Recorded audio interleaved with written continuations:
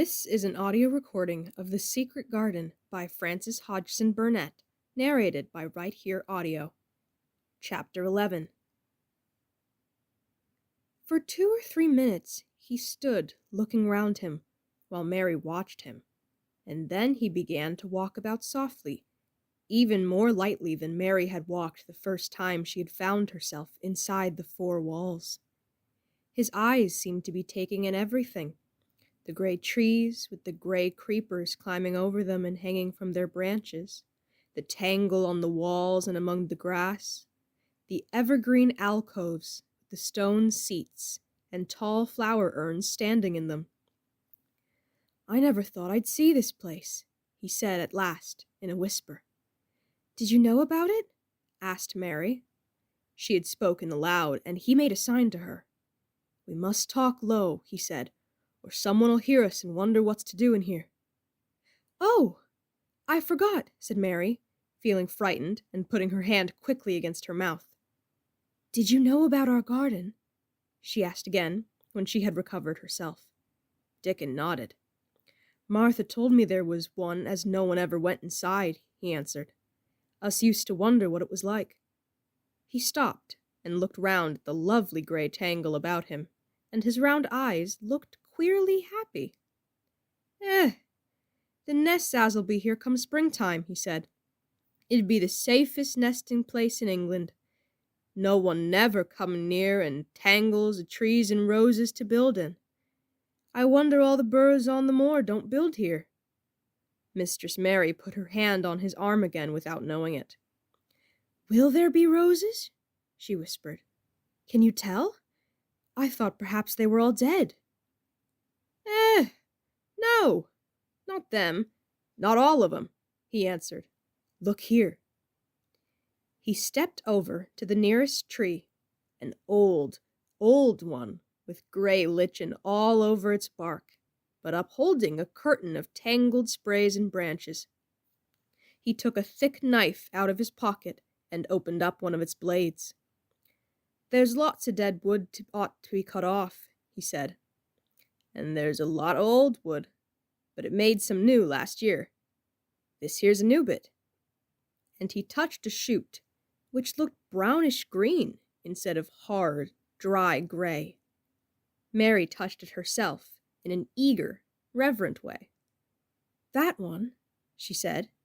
"Is that one quite alive? Quite?" Dickon curved his wide, smiling mouth.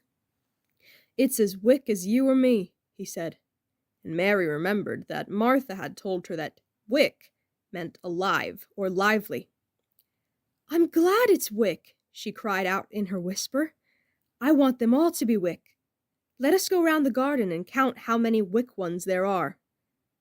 She was quite panted with eagerness, and Dickon was as eager as she was. They went from tree to tree and from bush to bush. Dickon carried his knife in his hand and showed her things which she thought wonderful. "They've run wild," he said, "but the strongest ones has fair thrived on it.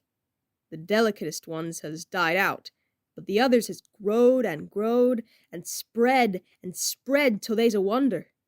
See here."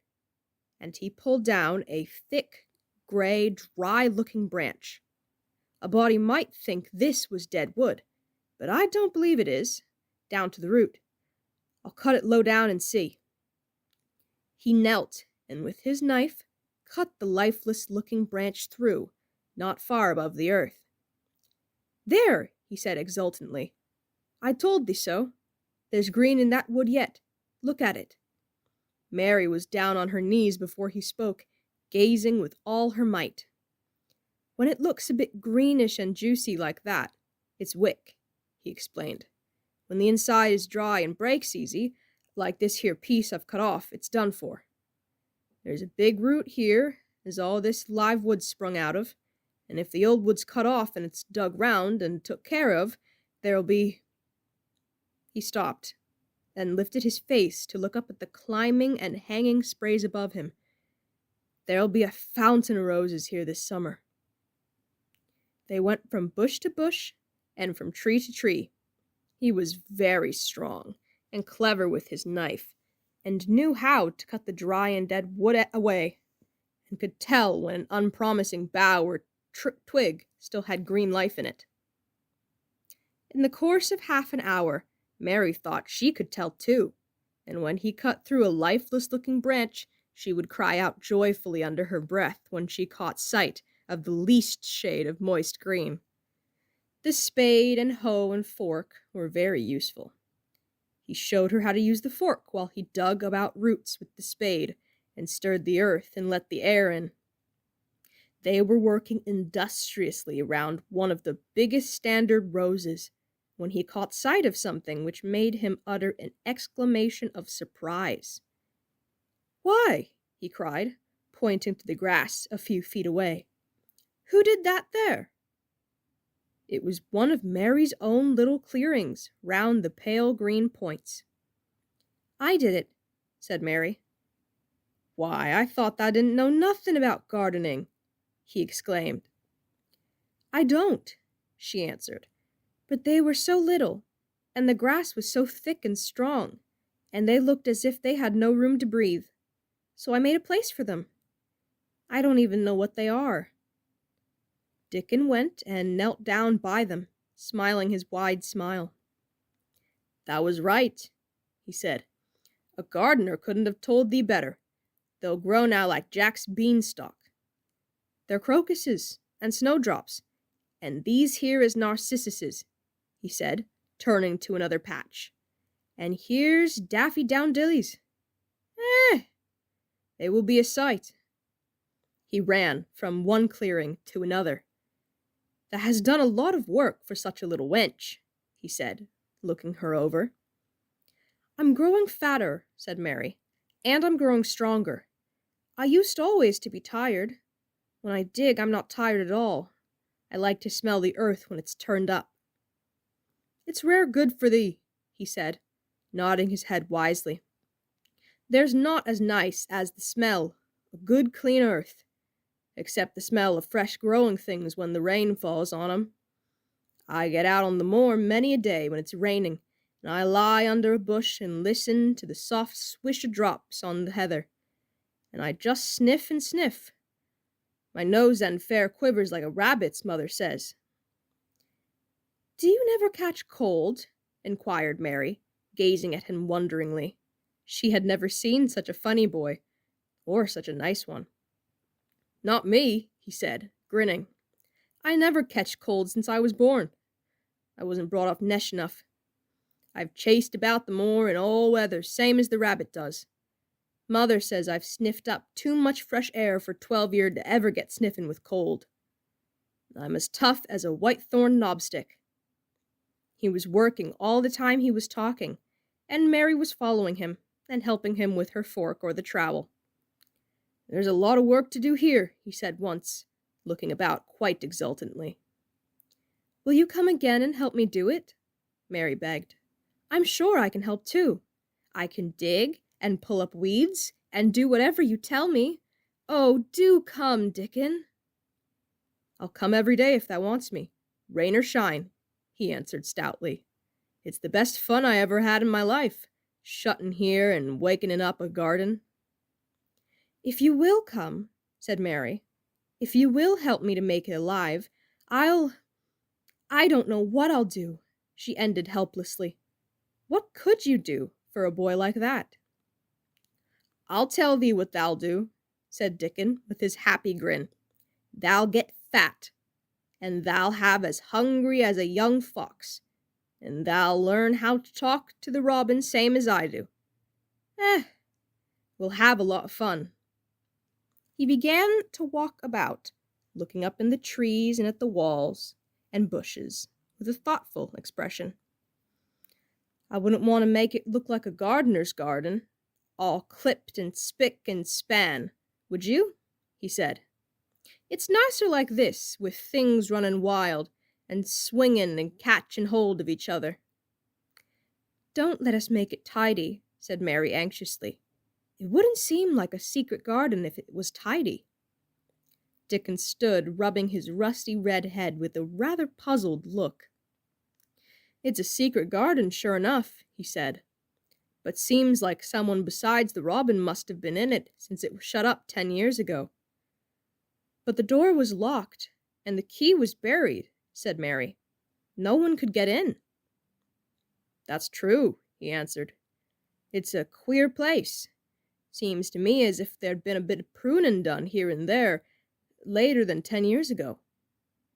"But how could it have been done?" said Mary. He was examining a branch of a standard rose, and he shook his head. "Aye, how could it?" he murmured, "with the door locked and the key buried?"